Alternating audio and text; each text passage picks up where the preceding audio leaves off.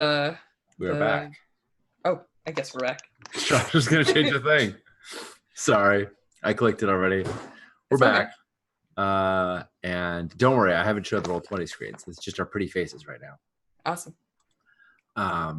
Yeah, so we're going on mission Brilliant Mountain to go light the flames of Kavala. That should be Like you do.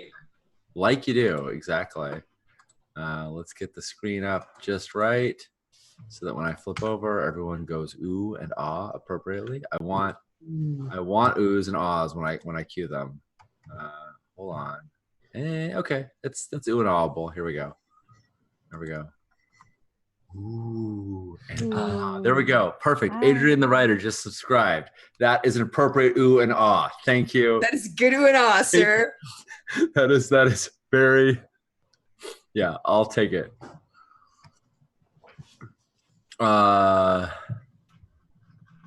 Yeah. Oh, thank you, World Namer. Thank you, John. All right. So yeah, let's do this mission. Oh, load. Yep. Heavy. Yep. Don't need no stinking stealth. Well, the other advantage of going remember that not everyone needs to be heavy. Like the scout can go normal and it's fine. But the advantage of heavy is that the soldiers are going to have, I believe, a metric poop ton of extra utility load to spend, which means that it compensates for some of the badness. Yeah. So before we do load, though, I'm going to spend some supplies because they're going to give us a few things automatically. So I am spending food, so everybody gets supplies free. And that's, if we got to do this for a week, I figure we need a week of food. And that's, is that accurate, Strash? That is correct. It will sustain you. Theoretically, it's 5 days, but if you happen to have rookies that can like make stew and you bring some extra flour and stuff like that, we can stretch supplies. Yeah, we're used to stretching supplies. And then let me look at our. Sorry, I should have done this over the break.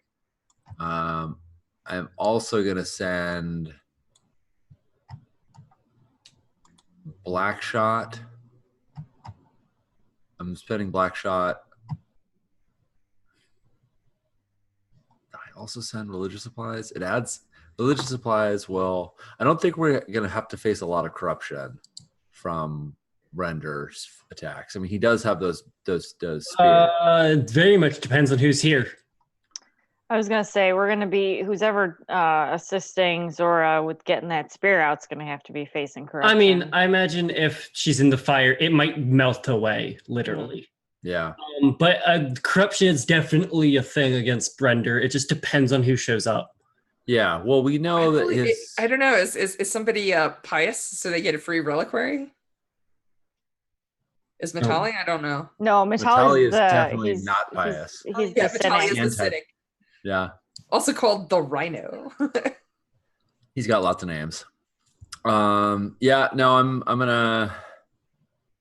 not sending religious supplies. I'm sending food and Blackshot. All right, cool.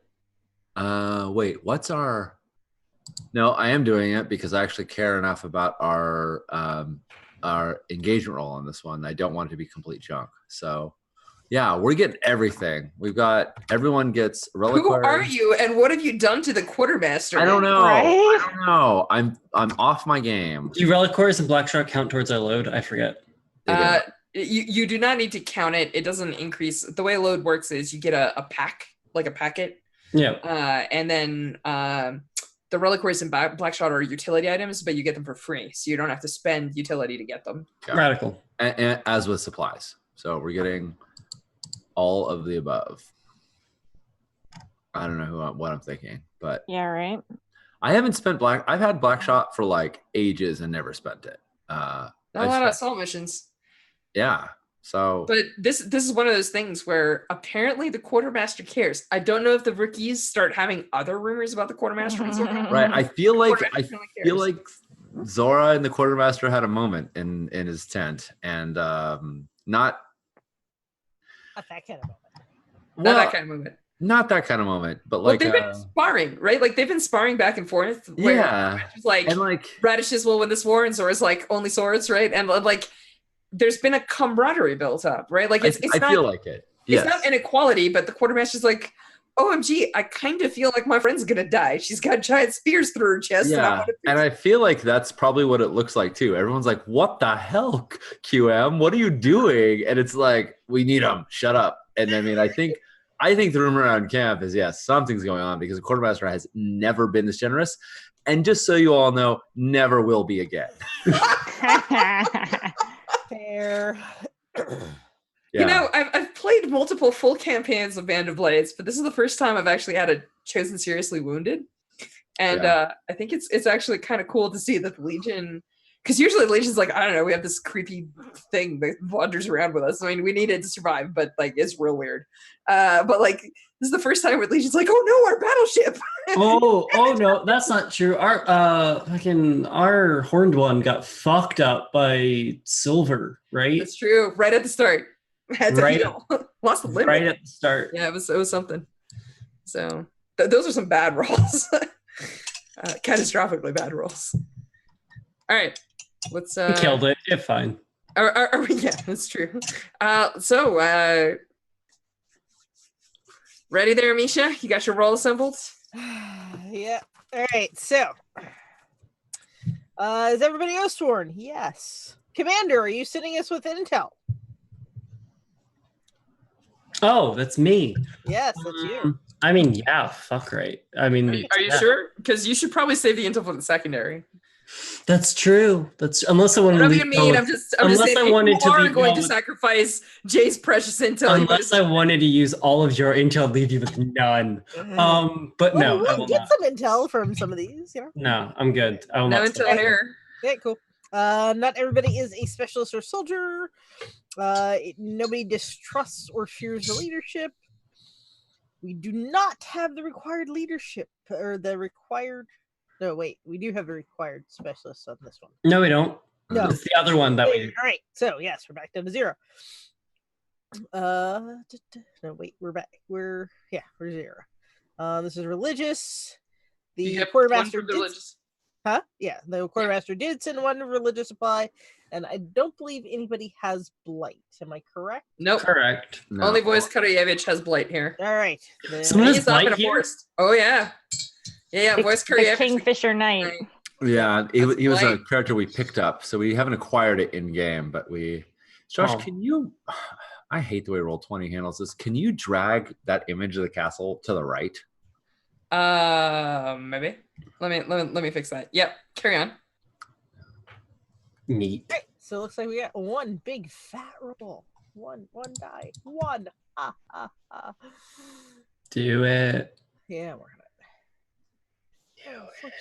Is that working for you, Sean? That's good. All right.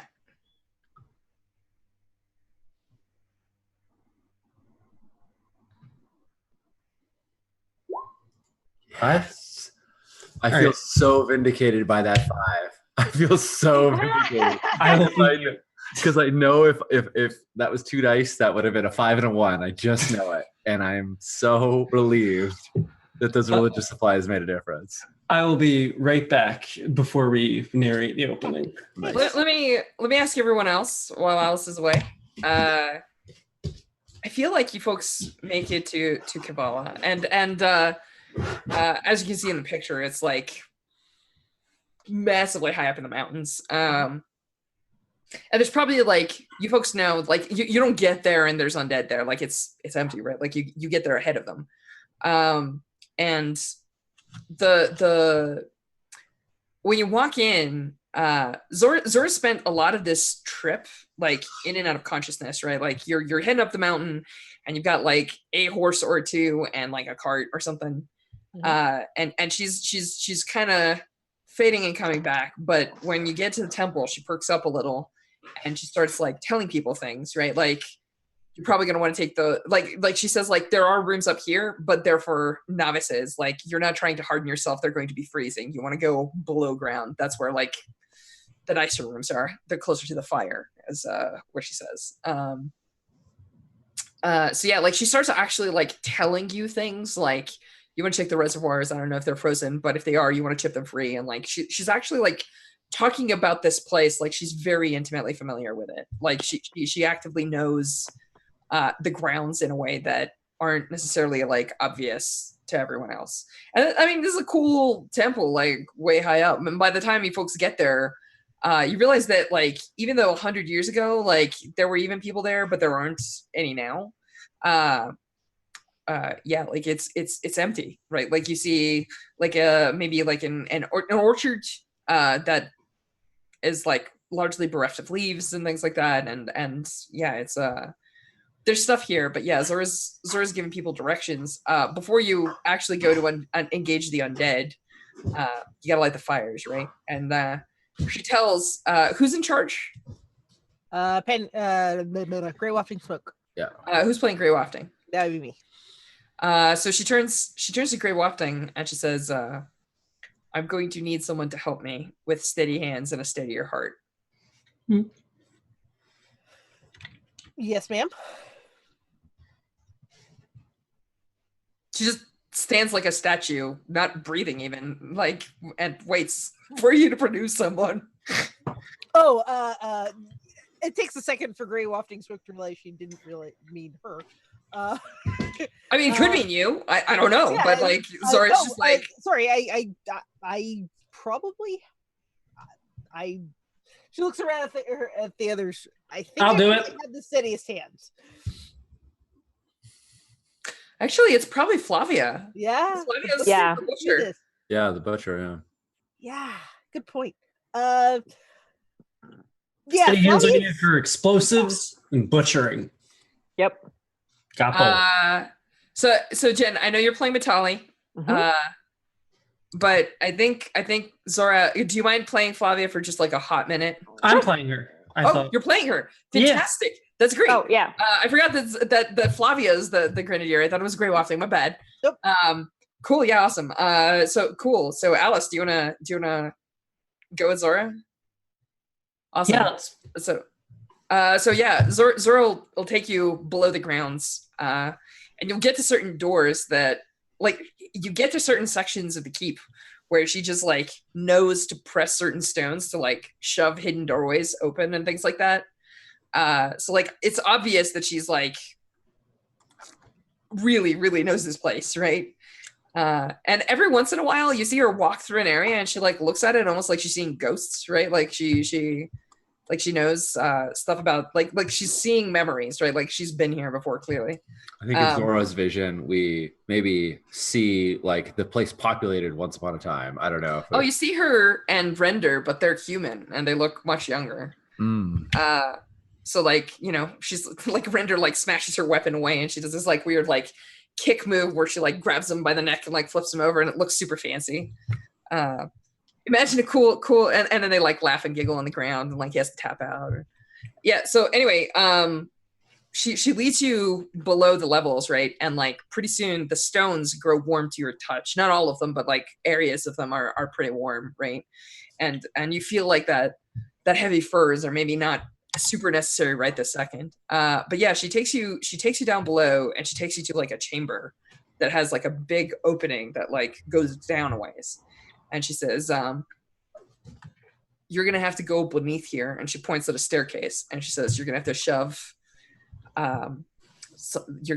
it into the fires. And when the flame lights up, you have to put me in it." She says, "But before that," she pulls out a knife. And she holds it out to you. And she goes, "You're gonna have to cut this out of me." And she taps the pieces of the spear. And she says, "I'm going to stop." Actually, what she says is, "I'm going to die, but don't worry about it. It's not gonna hold. You just need to get me into the fire soon enough." You got it. Wouldn't be the first time something died in my hands. Won't be the last. Awesome. So Steady hand. Yeah, I think we're gonna make a fortune roll. So I'm gonna give you 2 dice for being a soldier, threat 2, and a butcher.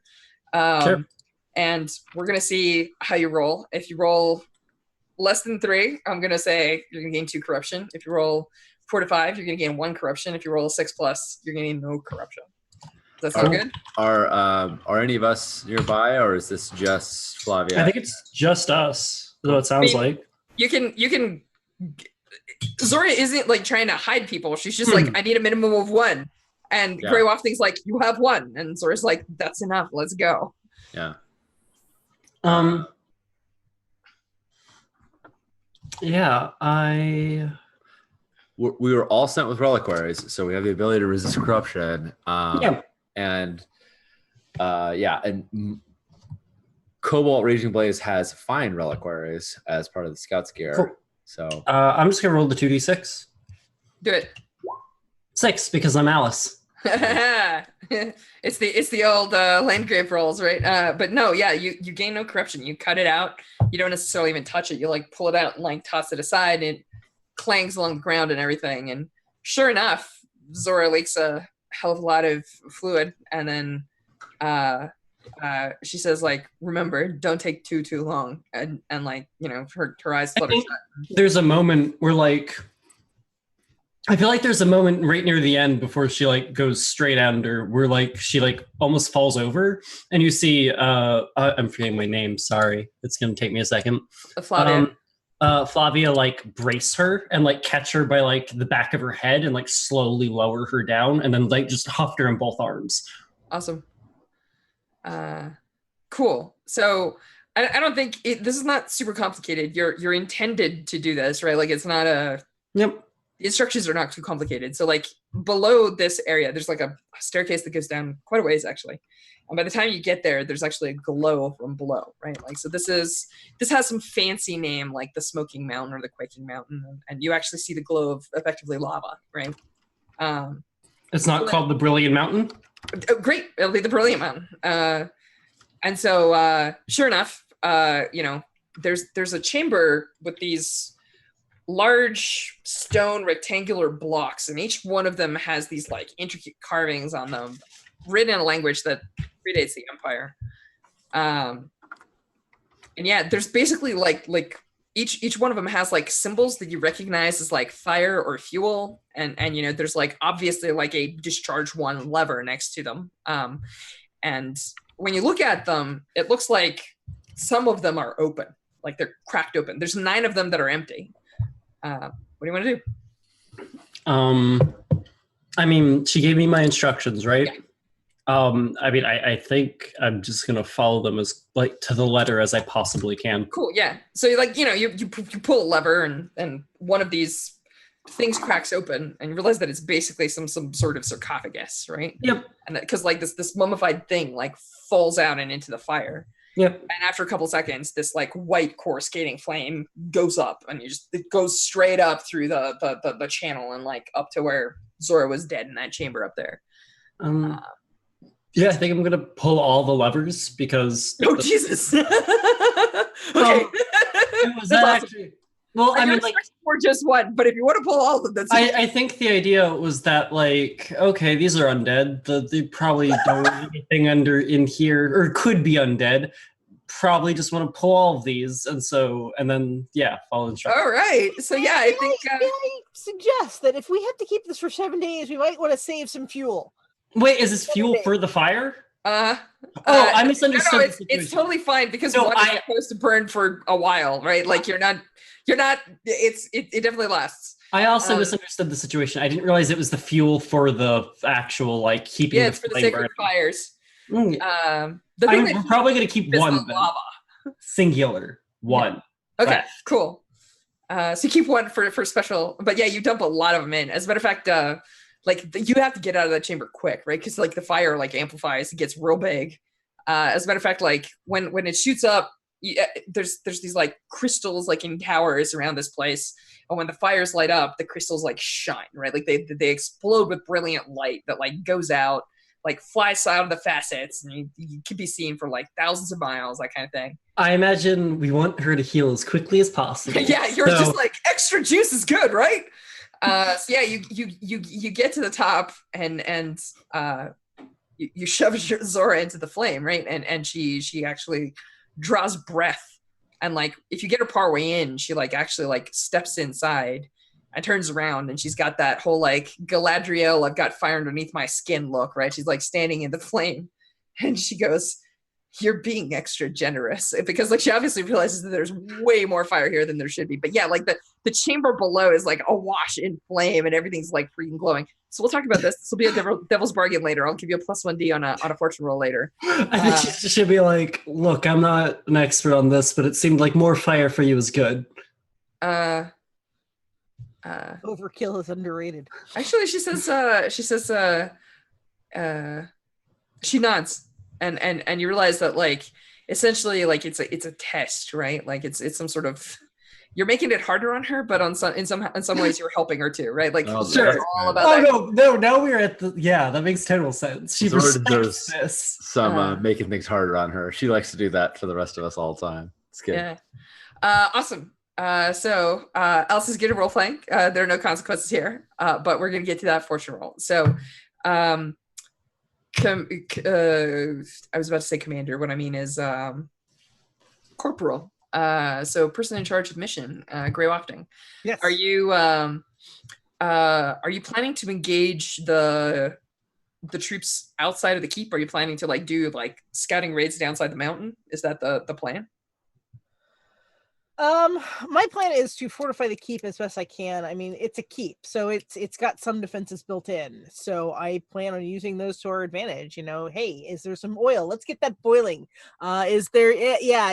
You see that thing there? Yeah, make sure that's down, and yeah, just like we're gonna hole up here and defend it until she's ready to go. Cool. So I'm gonna switch you to a different screen. Check it out. I've got a cool map. Annie. You can drag that over to the right a little more too. I can't. I'm gonna try. Keep in mind they're also cut off, so like their supplies will run out eventually. Yep. It's close enough. It's good. No, check this out. Boop. I'm getting good at this mini game. Nice. Thank you. Much better. You're welcome. Anything so that it looks better for our fans. All right, cool.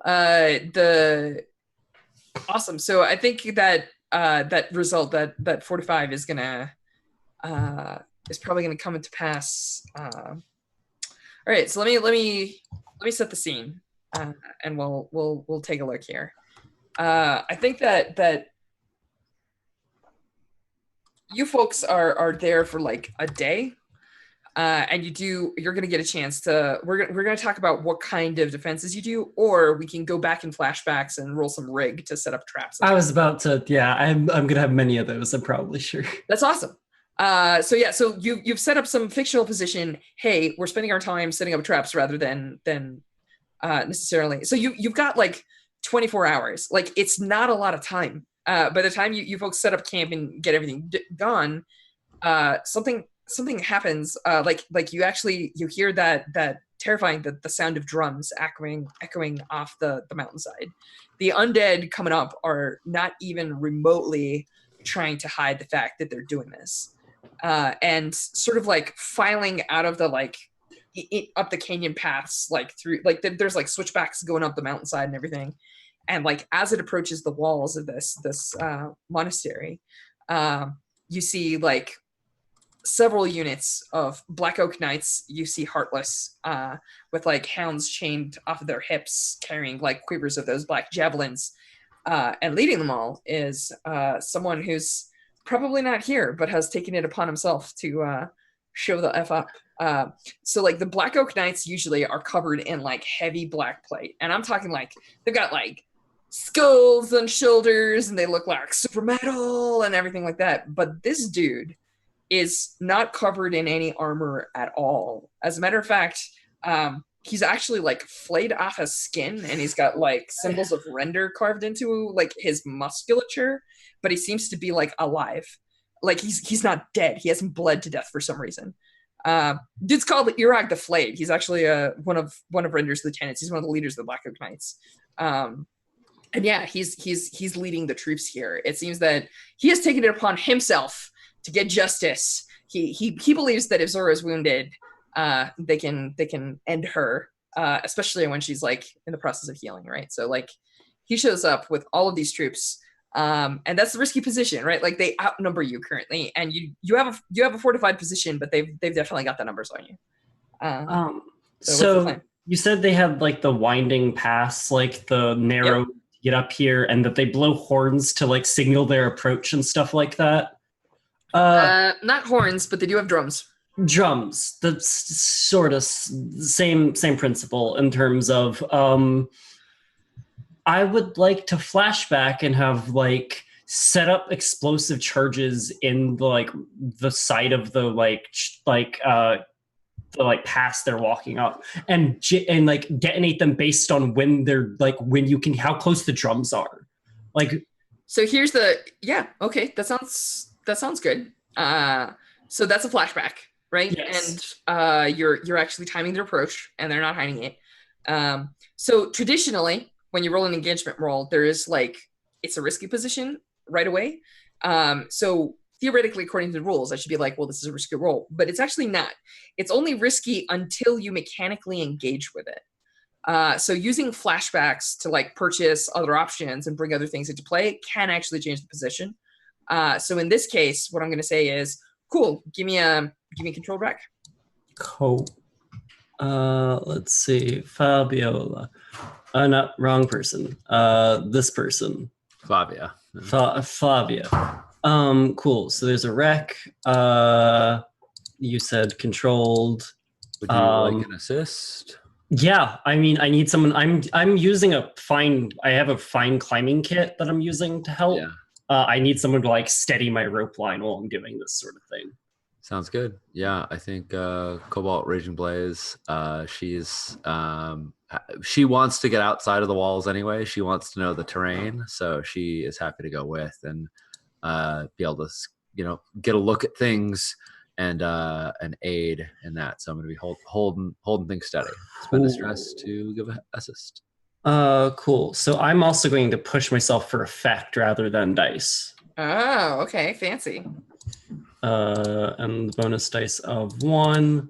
So, oof. How bad is it? 3, 2, 3. Yeah. Ooh. Okay. So here's the deal. You can do it, but it's going to be a risky position. Yeah. So what happens is you send the charges and you like twist the alchemicals. And what you don't realize is that these charges, well, you do realize this, you just don't understand the consequences, right? Like these charges get hot before they blow.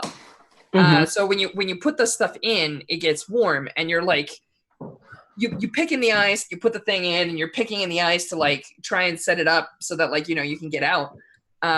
When there is a sound, right? Like the sound of drums echoes, and there's this moment when the section of the cliffside gives way, and you're free swinging, and you can see the alchemicals, and they're like 10 feet below you, and you're gonna have to like do a risky free climb down if you want to use that actual satchel charge. Yeah.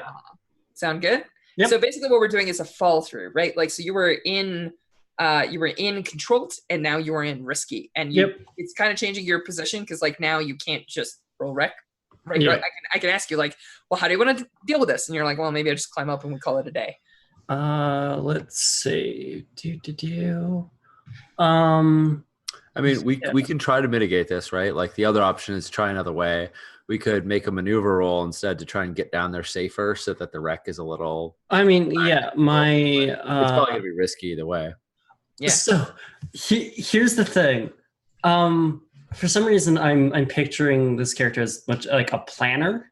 Sure. I feel like they have already like scouted this location like on the way up. Like they picked this location. I mean, you were planning where to place it, sure. Yeah, like this, because it's easier to like manage risks and stuff. There's lots of good handholds. There's lots of good like alternative places, like alternative routes. Like this is like I'm aiming for a scout to be like, yes, we've compensated for this already. Oh, I see. You would like a flashback scout roll. Yes, I would like to flashback within my flashback. Yeah, that's fine. It's still going to be risky though, right? No, that's fine.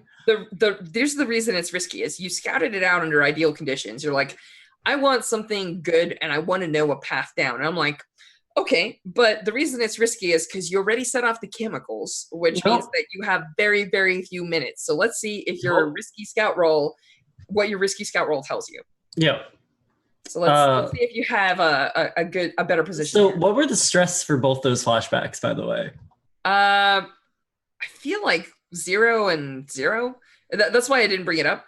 Well, actually, no. I'm going to say that the first one is 1 stress, right? Because like your commanding officer is like, we should all be blockaded here and not setting off explosives down there. And you're like, well, I'm setting off explosives down there, and I also brought a friend. So it's true. 1 stress means that it's a little unlikely, but it's not. It's fine. Risky scout roll. I've got since Cobalt's with you, I've got fine lenses and good maps and whatnot. I didn't even ask if like the fine climbing kit helped at all. Didn't even ask. Not when you roll 3s. Because I meant for like bonus dice. Fail. I meant for like bonus dice or something. But usually fine doesn't affect dice pools. It only affects effect. You are correct. So yeah, fine lenses. Do they affect the effect of like finding this location? Not really. I think yes. I think your friend is probably scouting out the enemy position and giving you call outs and all sorts of stuff like that. I think the way we're going to do this is we're just going to say it's the same roll, right? Like your friend spent the stress to assist you, and we're just going to say that the roll falls through, right? So you're still going to be rolling +1. 3 dice is the same rec and scout, so we're just I was going to say if you want to do a group action, we could do that. That's possibly more stress, but it is one more, but it's more dice. That's true. Group action makes sense. I figure if it's scouting, I think Cobalt we're doing this together. This was like our plan. The plan was we scout the location together. I set off the explosives. We all go home, have a merry day. Yeah.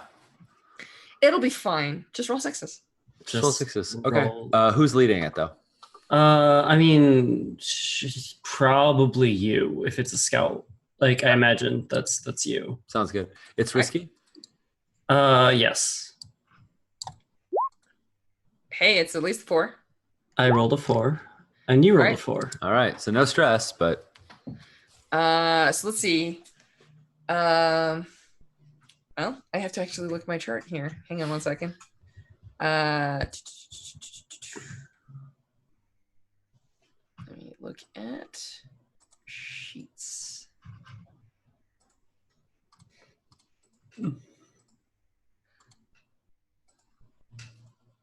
Risky. You do it, but there's a consequence. You suffer harm, a complication occurs, you have reduced effect, or you end up in a desperate position. You folks want some desperate position? I mean, always. It's like awesome. I mean, Cobalt's Daredevil, so it's like rad. Let's do a desperate position. I think you get to it and you have to set off the explosive like really, really, really, really fast, right? Like you're there, you're on top of it, but you're like, oh shit, we've got like 15 seconds. Yeah. So I think this is going to be setting off the explosive super fast, or is it setting it? Setting it. It's not setting it off. It's setting it in place and getting out of the problem. Getting out of dodge. Right. So I think that let's just talk through the consequences, right? So if you roll a 1 to 3, it's going to go off. You're going to be in the blast radius. It's going to be bad news bears. It may not even go off correctly. If you roll 4 to 5, it's going to go off correctly. It's going to drop an avalanche on Render's troops. It's going to help you folks out, but you're probably going to get caught in the avalanche. There's probably going to be some harm. You might have to roll some resists. It's going to be fun. And finally, if you roll a 6, everything's kosher. Just groovy. You guys roll well. Yeah, it's fine. Radical. So we're making a desperate. Are we making a desperate? Are we calling this maneuver to put this in place and run out of here? Or is it wreck to actually set the bomb? Is it scout to find our way? I don't get to say this. We don't get, but I mean, like, I'm just trying to think of like what we're actually trying to accomplish in the moment, like so that we can pick the action that fits the fiction. Is it that we've got it set and we're trying to scamper out of there on time, or is it the actual like setting of the bomb that we have to do? Because then I think it's pretty clear that it has to be wreck. But I feel like we already set the bomb. Like I feel like that is the thing that like we essentially set it with the rec roll and we're made sure we did with the scout roll, right? Yeah. So I think the bomb is set with like its effect and things like that. Now it's just okay. Now what do we do? Yeah. which sounds to me, as much as I'm talking myself out of dice, is a maneuver roll. It's probably more dice on Sean's part, though. It's true. I'd rather do scout, but I mean, so would I, but it's scout. I think the action we were doing is maneuver, though. It's Yeah. it's we've said it. Let's haul the hell out of here. Yep. All right. Group action with you still leading. Yeah, sure. That sounds good. Cool. Sean's like, I didn't take stress last time, and now I have +1D for Daredevil. Let's go. It's What's true. worst that could happen? Yep. Level 3 harm all over the place. All right. Yeah, we're not gonna do that. Desperate.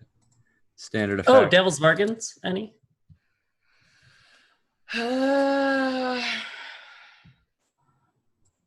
Yeah, the usual devil's bargains that really work here, right? Like corruption, pissing off your chosen. Not off the top of my head. Sure. I mean, I have one, which is that it might be easier for us to go elsewhere rather than back. We could be separated from everyone else. That seems like a poor decision. I mean, that's why Devil's Bargains. It's true. I'm just saying, like, we might dive down. Might dive to the closest place. Oh, but that's also a really good scene. The idea of us separated and then like we go over the top behind them with grenades whenever they hit the wall. There's a lot of them. Yeah. It's true. Okay. It's true. It's true. I mean, I'm not saying it's a good Devil's Bargain. I'm just pointing out okay. it's possible. Here's the thing. We are in this together. I will take that if you do. Well, I first want to see if Josh feels like that is even applicable. Yeah. If you want to be in a suicidal scale, yeah, I'm okay with that. That's a devil's bargain. It's like 3-4 degrees of scale, I think. It'll be fun. Like 3-4 degrees of scale. Oh, because we're right. Well, you're assuming we're gonna attack them, but you're gonna have to go through them to get back. My idea was you and the camp. My idea was throw grenades, make a path, run through. I hate that idea. My idea is like sneak around, but whatever. We can throw grenades as a distraction, sneak around. Grenades prevent sneaking often. I'm just saying. Fine. He just like says it all. I think you're bad at grenades, that's all.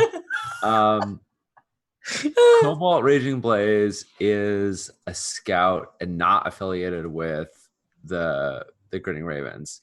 So she doesn't necessarily have super high loyalty to the Ravens in particular, but Flavia, I think, does. Yeah. So, do we think Flavia being very loyal to the Ravens would essentially disobey Gray's command, which is stay here? That's my only thing. Is I don't know that this actually would be a thing we would. I mean, I didn't know if it was a disobey thing. Like, is this a conscious decision, or are we just separated? Yeah, well, that's fair. I didn't mean to. I just ran off. As a player, I took the die, but I'm cool not taking it, and I'll just roll my one die, and you take stress if not. I'm okay with that. I'm cool resisting consequences. Yeah. All right. Okay. So no Devil's Bargain. Suggest all that.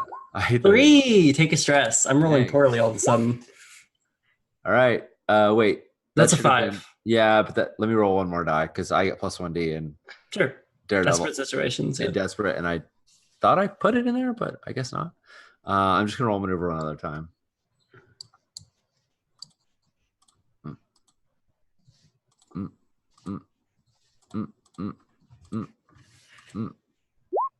6? Yes. Oh, that was it. Thank you, Daredevil.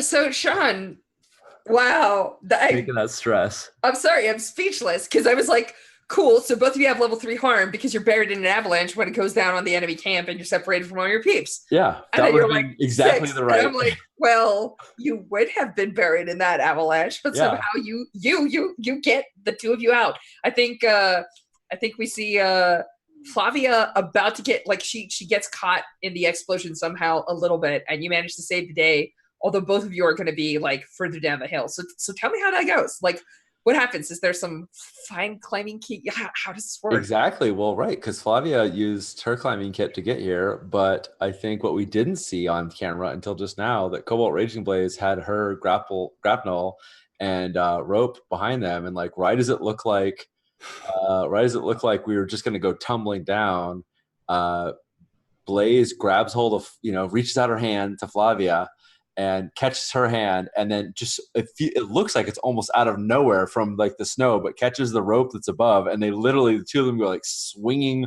across, like as snow is flying down in one sheet, they're kind of swinging across until they, I don't know how far down the pass this was, but was this right outside the walls, or was this closer? Or was this I Yeah, imagine. a couple hundred feet at least. Yeah, I mean, it was a decent distance because Okay. we gauged it based on like how far their drums were and stuff like that. Nice. So yeah, we basically kind of swing out of an arc, and then we let go at the peak of this arc and just go tumbling down, but it's into soft snow rather than we're on top of the sheet of snow instead of underneath. There's of course a climactic moment where it looks like someone's going to go over the edge, then a hand shoots out and somebody like grabs a ledge, you clamber on and you look and it's like, there's no way up, we're gonna have to go down and around, yeah, classic movie scene. So Misha, the enemy shows up, fewer in number significantly, so like you were expecting, like, by the sound of that drum there might have been like, I don't know, 50 troops there, like 10 to 1 odds. They show up with like 2 squads, maybe 3 heartless, and like a bunch of hounds and stuff. So you're guessing that they have like, I'm gonna say, I don't know, 20, 30 people, 30 total, and that includes like hounds and heartless and everything else, as opposed to like 50 core units with some support. So yeah, but your troops have not returned, and you can't find them anywhere in the keep. How are you folks? How are you folks gonna hold here? Matali's with you, but like, what's the plan? I sorry. I guess we defend the walls with what we got. I mean, I will yell at them later when I find them. But for now, yeah, it's like we had the pitch ready, and we had the weapons ready, and we're just pushing ladders off away from the walls and keeping them from getting in. Everybody has black shot, so you have lethal weapons against them, right? So I'm about to ask for a very odd roll. Now, as a GM, I'm not supposed to tell you what kind of rolls to make, but I want to know what kind of position you're in, -2 troops, when you're trying to defend this. And what I'm asking is for troop disposition. And the way that you do troop disposition in Band of Blades is a martial roll. So I just want to know kind of like what kind of like state everyone's in when you're commanding them and organizing them and trying to coordinate all of these actions, so that I can set the position appropriately, right? Because like, I don't know what the position is because I don't know what sort of like state you're in. I know kind of how they're arraigned, but there's no like clear moment of action yet. So like when 2 large forces engage, you usually make a martial roll to sort of like figure out the position. Question about order of operations, Shrush. We did this all as a giant flashback before they arrived. Yep. So has the bomb gone off and their troops been dispersed? Okay, so they heard that. So part of this morale roll should also include a big kaboom and snow falling and like clearly. Well, you don't actually see the snowfall because you folks are like way further down the hill, right? Oh, right. And all this is happening like below the like average field of vision and things like that. Like it's somewhere down on the slope. Shattering kaboom. There is, yeah, and you're like, okay, somebody set off explosives. Clearly, they're out there, but they haven't come back. Nice. Yeah. Misha, I've got 1 in Marshall with Mentale, for what that's worth. I have 0 in Marshall. Yeah, I was gonna guess that you had 0. Marshall, why would I have that? Yeah. Mentale can roll, and you could assist, right? Like the 2 of you can play as a team. Assist, push yourself, devil's bargains. So I have Relentless, which says I can spend grit to push myself. Yes, that is amazing and true. You start with 1 grit. Do you have more? No, just have the 1. Oh, okay. But still, it's 1 for 1. Yeah, no, it's a free push. Yeah. It's just very useful. Grit's really good. I love soldiers. Very first game, Jay was like, I want to make a career soldier. And I was like, I feel you. All right, so. I think secretly Rookie is my favorite playbook, but. All right, so you go. Are we risky or desperate? I forget. there's no real position. This is essentially going to be a fortune roll, right? Based on your martial skill, and then if you want to push yourself and stuff like that, all of that will go into effect. Yeah, that's all there is. Gotcha. I was gonna say, once if we're doing actual defending, like Multali's got War Machine,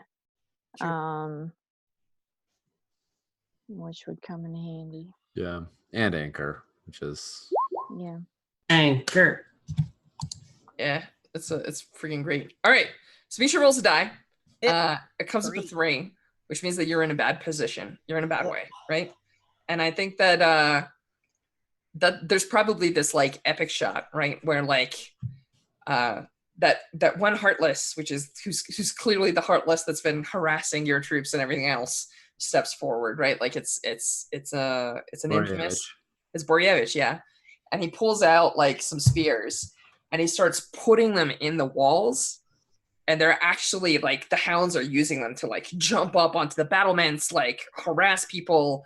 And by the time you can deal with them, there's like several Heartless over there, and the Black Oak Knights are actually bringing a battering ram.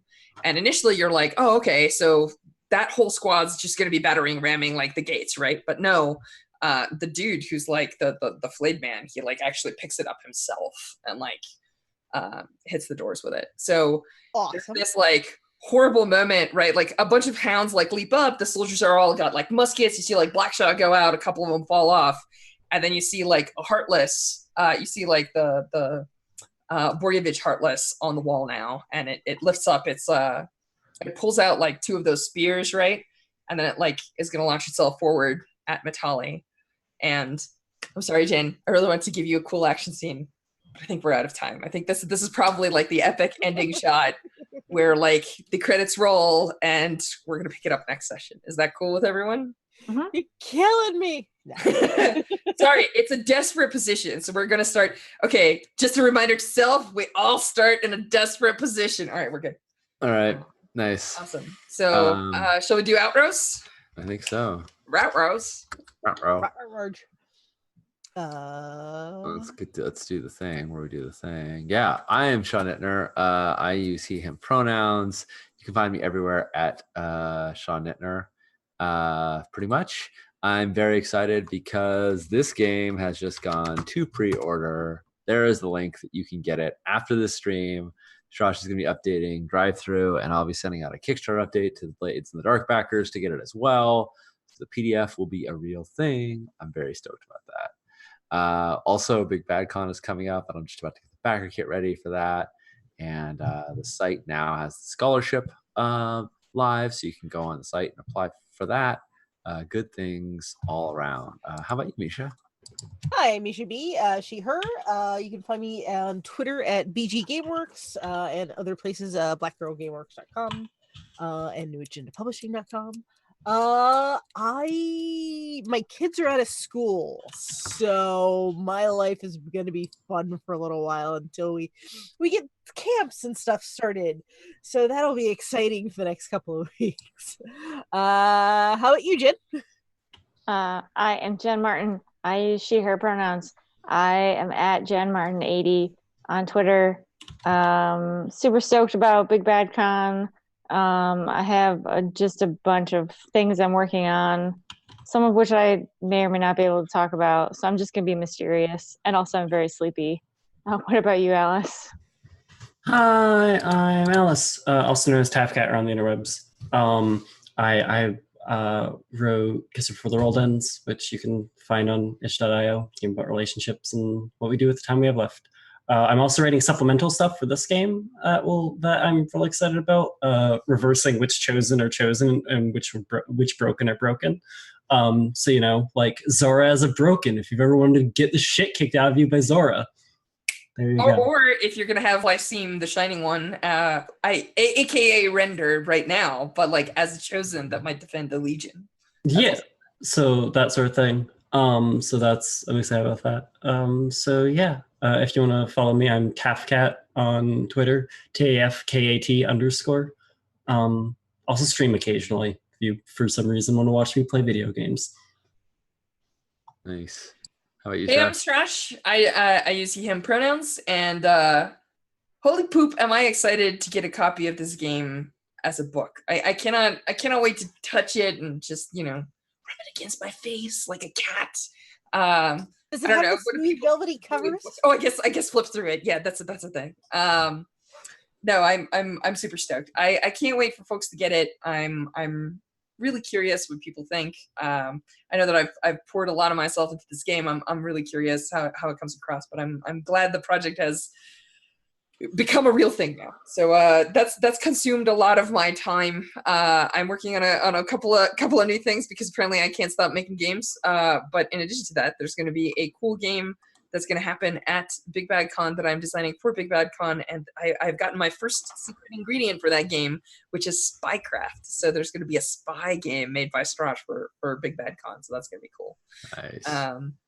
Yeah, I think that's it for me. I think this is the point where we say smooth outro. Nice. Not at all.